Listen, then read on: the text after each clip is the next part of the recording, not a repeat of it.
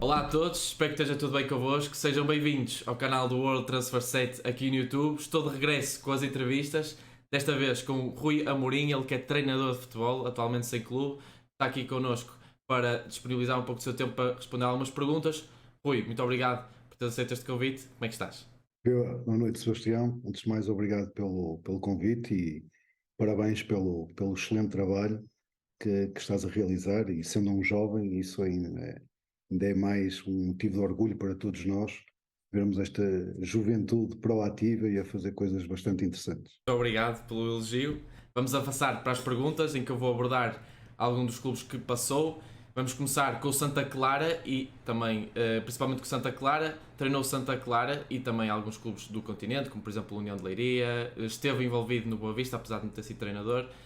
O Salgueiros, o Vizela. Quais é que são as principais diferenças que destaca entre trabalhar nas ilhas e no continente? Foi uma experiência bastante interessante. Tenho-a como muito enriquecedora. Foi a primeira vez que trabalhei fora do continente, por assim dizer. Quero muita adaptação porque estamos em constante viagem e em estágios. Portanto, a vida de treinadores e jogadores das equipas das ilhas, neste caso do Santa Clara, passava-se nos aeroportos, hotéis e era sempre a viajar. Eu até costumo dizer, quando falamos sobre esta situação, que nas primeiras 2 semanas eu adormecia sempre no aeroporto. Portanto, as duas primeiras semanas, confesso que foram complicadas a nível dessa adaptação, porque andamos completamente extenuados. Agora, eu digo muitas vezes: imaginem os jogadores. Costumo dizer que as equipas dos Açores, da Madeira, ou seja, as equipas das ilhas, juntamente, e é preciso não esquecer, com as do Algarve, elas requerem um esforço suplementar comparativamente a todos os outros clubes, porque é constantes viagens no Algarve. Faz-se Sim. maioritariamente de autocarro e todos nós sabemos o quanto demora a vir do Algarve aqui para o Ok. norte. As ilhas, é os aeroportos, mas depois não é só a viagem de avião, Também é senti a as diferença horas que. nos relevados, por exemplo, que a diferença constante de clima notava-se assim. Sentíamos muita, mas eu costumo dizer que a maior dificuldade dos relevados das equipas dos Açores, neste caso eu posso falar pelo Santa Clara, mas também já fui jogar várias vezes aos Açores, são os próprios relevados da ilha. Eu ouço, leio também, não é, os jornais e vejo todos os treinadores que têm passado pelo Santa Clara queixam-se dos relevados de treino, ou melhor, das condições de treino do Santa Clara. Eu sei do que eles falam porque passei por isso mesmo. Tem 2 campos de treino ao ar livre, ou seja, toda a gente tem acesso onde o Santa Clara treina. Um deles é utilizado também por uma escola secundária para ter aulas de educação física. Portanto, a Pois, equipa, não a equipa ajuda. está a treinar no relevado à volta. Temos os meninos da escola eh, a fazer aulas, portanto, não é fácil. E temos que, todos os dias, ou seja, dia sim, dia não, temos que alternar os relevados de treino, que é 2 que eles têm para treinar. Só que o clima lá é tão úmido que não é Pois, fácil o relevado estar em condições. Portanto, a maior dificuldade dos relevados das equipas dos Açores é mesmo os relevados dos Açores. E certo. juntamente com isso, e depois apanhei uma altura que eu lembro, apanhei o campeonato, a Taça de Portugal, que ainda estávamos em competição, e na altura a segunda liga tinha as jornadas duplas, que jogava ao fim de semana e à E a meio da semana. quarta-feira. E apanhei ali essa série, portanto aquilo era constante viagem, a mala estava sempre Sempre. pronta para sair de casa, portanto lembro-me disso, mas foi uma experiência muito, muito interessante e enriquecedora, porque mesmo para mim como treinador, para organizar as deslocações e isso tudo foi muito importante, porque tínhamos que preparar onde é que era melhor a equipa descansar, se era melhor regressar aos Açores e treinarmos nos Açores, se era melhor ficarmos mais um dia no continente para treinar e descansar, Isso, alimentar em condições isso também e a só nível depois viajar. económico. Isso também a nível económico também pode mexer aí um pouco com as Mexe, finanças do clube. mexe, claro que sim. Era tudo isso que tínhamos que jogar, era ver se isso implicava um esforço grande da parte do clube, Certo. podermos ficar no continente ou até na Madeira, porque na altura não sei agora, confesso, mas não há voos diretos da Madeira para os Açores. Ou seja, quando íamos jogar à Madeira, tínhamos que fazer escala em Lisboa para voltar aos Açores. Então, às vezes, tínhamos que ponderar se era melhor ficar em Lisboa, treinar em Lisboa, ou até mesmo na Madeira, para os jogadores poderem descansar, fazer uma refeição em condições e poderem descansar a seguir, treinarmos no dia seguinte na Madeira e depois regressar aos Açores e aí sim dar uma folga aos atletas. Portanto, tínhamos que pesar isto tudo, obviamente também com a parte financeira em jogo. Treinou também o União de Leiria, que é um histórico português. Esteve 2 épocas no clube, 54 jogos, 41 vitórias e de realçar 2 derrotas apenas nesse percurso. Como é que foi treinar um histórico e como é que teve tanto sucesso dentro de campo? Não chegaram a ser 2 épocas, foi uma época e meia, porque eu cheguei a meio da primeira época. Costumo dizer que o sítio onde que melhor me senti foi aquele que eu mais gostei de trabalhar, sem dúvida nenhuma, foi em Leiria. Também, eu acho que também pesa isto que eu vou partilhar com vocês, que é o facto de ter chegado a meio da primeira época e na primeira época não dar para ir à fase de subida, porque a época já estava hipotecada, então o presidente quis-me contratar mais cedo para podermos planear com tempo a Próxima época temporada. seguinte. Isso deu-nos muito tempo para planearmos e vermos bem aquilo que nós queríamos para a época seguinte. Ou seja, cheguei, e tenho que o dizer isto, até porque já o disse publicamente, e o clube não era muito organizado, tinha pessoas, e neste caso o presidente, o Alexander, de quem hoje posso dizer que somos amigos, falamos semana sim, semana não, mas não era um clube muito organizado. A estrutura tinha várias pessoas ali à volta, mas que cada Certo. um fazia aquilo que mais ou menos tinha na cabeça. Portanto, não era um clube muito organizado. Portanto, deu-me um pouco de gozo começar a organizar o clube daquilo que eu achava que devia estar, juntamente com o presidente e com o aval do presidente, obviamente. E na época seguinte, ou seja, na minha segunda época, aí as coisas já estavam todas a carburar como nós achávamos que deviam carburar. E, portanto, a planificação foi um dos segredos desse sucesso dessa época. Depois, a relação existente entre todos, desde presidente, staff, equipa técnica, jogadores, que depois Excelente. passou também para os adeptos, que no início eram muito poucos. Eu lembro-me, nos primeiros jogos, estávamos a falar de 100, 200 adeptos, se tanto, e terminamos a época com 15 mil no estádio, que era uma coisa impensável. E estamos a falar há 4 anos atrás, não agora que vemos na Liga 3 já com Sim, grandes sim. propagandas e condições para os adeptos virem ao estádio. Na altura, há 4 anos atrás, não tínhamos nada disso. Portanto, e o último jogo com o Mafra, tivemos 15 mil pessoas. Eu lembro-me no jogo anterior do presidente conseguimos levar 6 mil pessoas ao estádio. Eu disse, presidente, no próximo, quando passamos, eu disse, presidente, no próximo vamos tentar 10.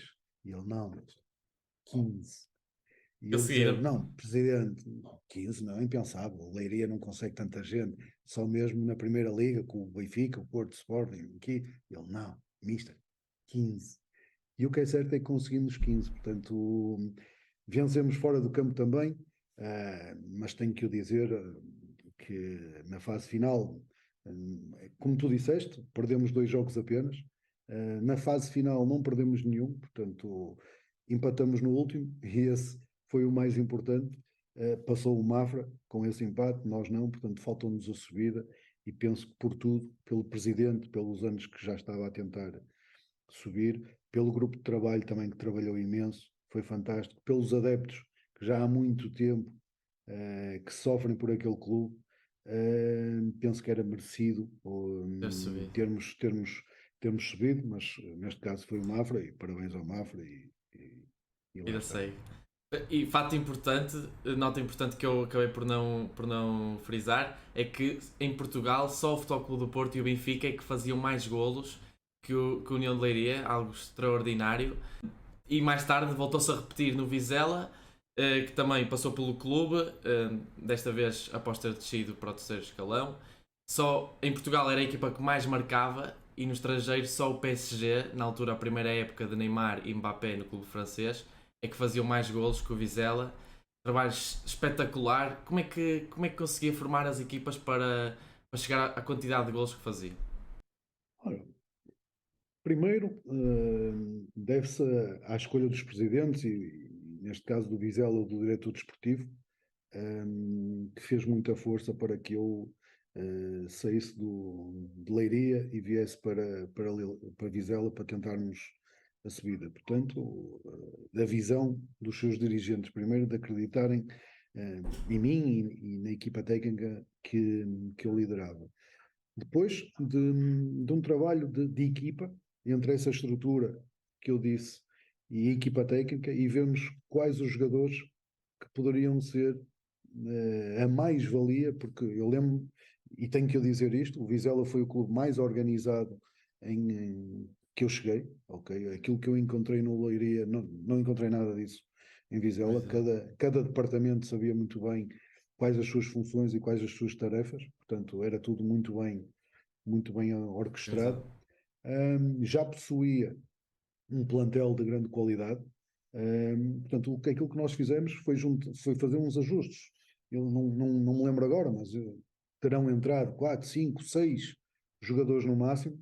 Pronto, e os jogadores eram escolhidos mediante o perfil daquilo que nós queremos para o nosso jogar. Portanto, discutíamos sempre, as pessoas percebiam, tentávamos no mercado esses jogadores, uns conseguimos, outros não, mas penso que conseguimos fazer um plantel de grande qualidade e com muitas opções, até porque por vezes discutimos isso muitas vezes, na equipa técnica, eu lembro-me mesmo com os dirigentes, o porquê de ter tantas soluções, porque isso vai-me criar mais dificuldades na gestão diária, e eu costumo dizer a um treinador que fuja tenha esses receios e fuja com medo disso, nunca vai trabalhar em clubes grandes. Portanto, nos clubes grandes há essa Claro. competitividade e eu prefiro ter isso no plantel porque nós sabemos há castigos, há lesões, há amus muitas vezes, há coisas que nos ultrapassam como treinadores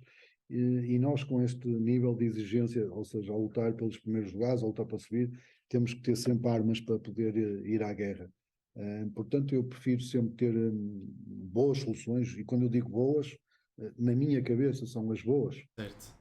Às vezes, na cabeça de colegas meus, não são assim tão boas e eu respeito isso, mas na minha cabeça são boas e eu prefiro as ter ao meu dispor para poder entrar nesses desafios e ter armas para poder ganhar. Portanto, foi todo este conjunto que nós conseguimos juntar e trabalhando diariamente, acreditando naquilo que fazemos, nós enquanto equipa técnica, os jogadores acreditando nas nossas ideias, na nossa filosofia, na nossa forma de gestão também e de liderança, que é muito importante. Após o Vizela, foi para onde deixou o clube, já agora, com 24 vitórias em 37 encontros, apenas 2 derrotas, mais uma vez. Foi para o Fátima. E por um golo que não subimos, né? Porque perdemos 2-0 na primeira mão e ganhamos 3-1 na segunda, e por um golo não conseguimos subir à segunda liga. Fato interessante. Foi para o Fátima, do Campeonato de Portugal.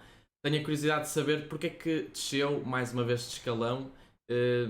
Porquê? Porque é que decidiu descer de escalão e assinar pelo Fátima? Simples. Quando aconteceu aquilo no Leiria, aquilo doeu. Foi uma marca que eu acho que vou levar para sempre. Foi o primeiro grande choque e da forma como aconteceu. No ano seguinte aconteceu algo do género em Vizela. Portanto, nós, naquele jogo, não passamos, sem perder, não passamos por um golo, onde fomos muito superiores ao adversário. É curioso que eu há cerca de 2 semanas estive a rever aqui o jogo em casa e, pronto, e revivi esses momentos. E quando eu cheguei ao fim e disse, "Pá, eu não quero trabalhar mais no Campeonato de Portugal. 2 anos seguidos a acontecer a mesma forma, com a nossa competência, com a qualidade de jogo que apresentamos, com os números também que temos. Esta forma deste formato deste campeonato não tem nexo nenhum. Eu não quero trabalhar mais aqui, não quero trabalhar no Campeonato de Portugal. Comuniquei isto no clube, comuniquei isto na equipa técnica.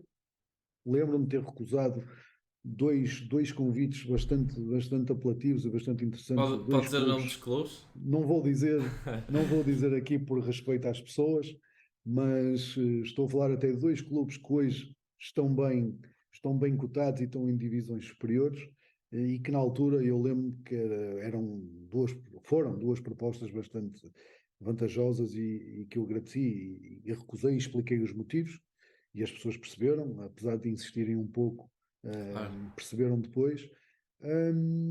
Lembro-me de ter ido de férias duas vezes, uma com a minha mulher, outra juntamente todos com a família. Já estava a haver jogos da Taça da Liga, da Segunda Liga, portanto, aqueles jogos iniciais Sim. logo ali no início da época, e tocou o telefone, um amigo a desafiar-me, que o Fátima tinha sido comprado por umas pessoas e que ele queria e precisavam que eu fosse organizar o clube. Isto faltavam 2 semanas para começar o Campeonato de Portugal. Essa pessoa em questão eu trato por chefe, eu não vou dizer aqui também o nome, mas chefe, mas faltam 2 semanas para começar o campeonato, como é que eu vou treinar o Fátima? Não, pá, preciso de ti, são um projeto a 2 anos, pá, fazer o melhor possível neste ano e no ano seguinte vamos tentar subir e tal, pronto, falamos lá sobre o projeto, insistiu, Aceitou. e aceitei esta loucura barra aventura, de ir até Fátima, sem jogadores, não havia jogadores.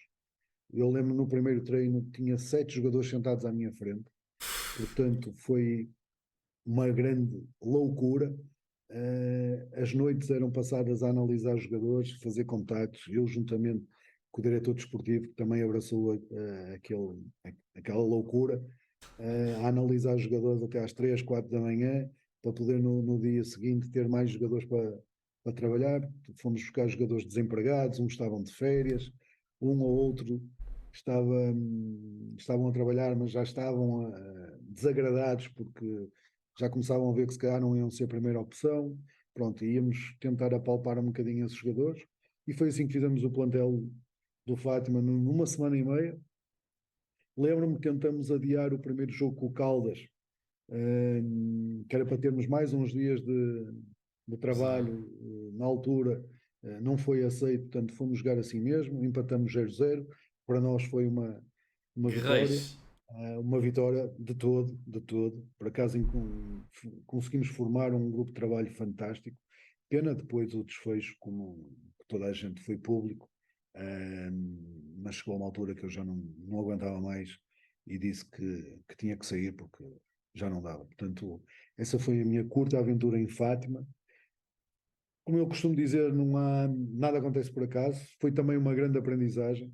Foi uma forma também de pensar na minha metodologia, e explico isto porque geralmente temos 4 semanas de pré-época para trabalhar as equipas.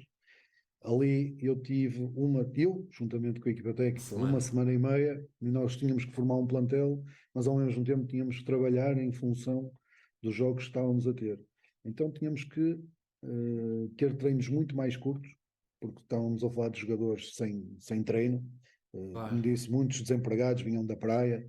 Uh, Portanto, tínhamos que ter sessões de trabalho muito mais curtas, ao contrário daquelas que geralmente temos, com base muito na repetição, que era para assimilar muito os conceitos, e que eles não se preocupassem tanto com as regras do exercício, mas sim com aquilo que estávamos a fazer. Portanto, mesmo para nós treinadores, nós equipa técnica e eu como treinador, foi bastante importante esta experiência para também conseguir adaptar a nossa metodologia a estas circunstâncias. Foi muito interessante. Normalmente coloca as equipas a jogar num 4-4-2 ou num 4-3-3. Porquê é que escolhe esta tática e o que é que pensas que é vantajoso ao utilizar estas táticas e o que é que distingues entre ambas? Sinceramente, eu não ligo muito à tática. Ela existe, não é? Quando o jogo começa, ou antes do jogo começar, os jogadores dispõem-se em campo e, portanto, a gente fala de tática. E é verdade que, se formos fazer uma análise dos anos que tenho como treinador, aquela que eu tenho utilizado mais será o 4-3-3, ali muito perto também com o 4-4-2, mas para mim é muito mais importante, e isso sim é onde eu perco mais tempo, é na dinâmica que lhe damos. Mas isso tem muito a ver com os jogadores que nós dispomos. Uma coisa é eu ter na cabeça aquilo que eu quero jogar, e por exemplo, na União de Leiria, foi isto que falamos com o Presidente. Eu lembro que o Presidente dizia: Mister, como tu queres jogar? E eu peguei na minha folha, desenhei-lhe, expliquei-lhe tudo, e com base naquilo que eu lhe expliquei, nós procurávamos jogadores para aquelas posições, com o determinado perfil que definíamos. Portanto, tem tudo a ver com os jogadores que nós encontramos. Agora, se me permitem a mim, Rui, pá, o plantel é contigo, estrutura como tu entenderes, tem X para gastar, ou temos isto para gastar, portanto, vamos procurar jogadores dentro disto. Procuro sempre dentro de um... E depois também tem que ver o campeonato em que estamos inseridos, Claro. fazer uma análise dos nossos adversários, ou quando estamos a falar nas férias, não sabemos muito aquilo que vamos encontrar, mas através dos treinadores que estão nas outras equipas, sabemos já um bocadinho das ideias que eles têm, portanto, já sabemos mais ou menos aquilo com que vamos contar, portanto, e daí articulamos aquilo que se calhar vai ser mais importante, ou mais qual vai ser a nossa melhor estratégia para abordar aquela época. Obviamente que depois com as nuances ao longo da época que vamos tendo, mas é com base nisso. Portanto, para mim a dinâmica é muito mais importante, porque é através dessa dinâmica que nós vamos chegar ao sistema tático, é através dessa dinâmica, porque eu posso dizer que vamos para um 4-4-2, mas durante o jogo estamos num 3-4-3, por exemplo, portanto, e depois afinal qual é a tática? Portanto, é muito dinâmico. Para mim, importante é a dinâmica, ok? Por isso é que muitas vezes, e cada vez mais se vê, as equipas começam num sistema e durante o jogo passam por 2 ou 3 e terminam num outro completamente distinto. Portanto, tem muito a ver, isto para te dizer, tem muito a ver com os jogadores que conseguimos ter ao nosso dispor, ok? Para depois criar as nossas dinâmicas. Atualmente, tens 45 anos, estás livre no mercado, o que é que pretendes no futuro próximo? Olha, eu costumo dizer o que eu pretendo: ter saúde. Com saúde, eu costumo dizer que nós com saúde conseguimos aspirar a tudo. Conseguimos aspirar a chegar a todo lado. Portanto, é aquilo que eu quero, ter saúde, fazer aquilo que eu mais gosto, ser respeitado pelo que sou e pelo que faço. Se isso acontecer, eu sou um homem feliz, seja a treinar na segunda liga, na primeira liga, em Portugal, no estrangeiro, no Campeonato de Portugal, seja onde for. Eu quero sentir-me bem, sentir-me desejado, muito importante, sentir-me desejado. Acho que isso, num treinador, não é só no Rui Amorim, se fizeres esta pergunta a todos os treinadores, se eles tiverem a coragem de o dizer, eles vão te dizer que uma das coisas mais importantes é sentirem-se desejados. Isso, o treinador sentindo-se desejado, 60% da bateria dele já está ali carregada. Portanto, sentir-me desejado, sentir-me importante no processo, ter saúde, e o resto vai. Agora vamos avançar para a fase final da entrevista, em que eu vou colocar perguntas de resposta rápida. Tens que responder apenas de forma direta, simples. Vamos a isso? Ok. Pronto, o grupo que mais gostaste de trabalhar?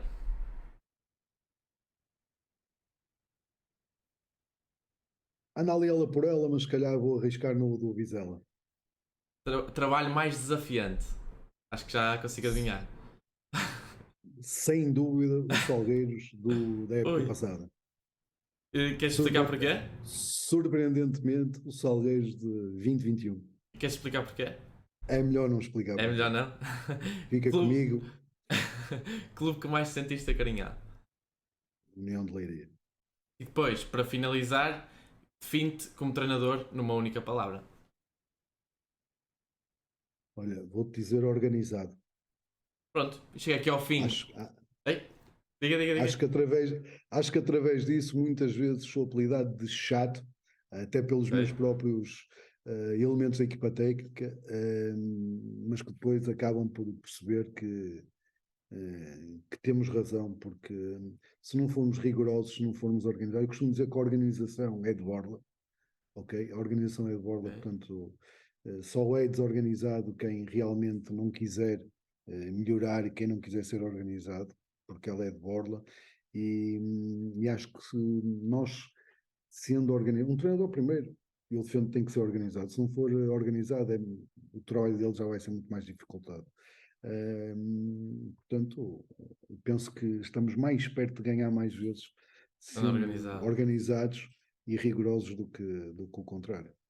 E pronto, chega aqui ao fim mais uma entrevista no canal do World Transfer Set. Não esqueças de subscrever o canal do World Transfer Set, deixar também o teu like, tens as minhas redes sociais todas na descrição, o meu código promocional na Betano para começares as tuas apostas. Muito obrigado a todos que assistiram até aqui. Rui, muito obrigado também mais uma vez por teres aceito o convite e desejo a todos umas ótimas entradas.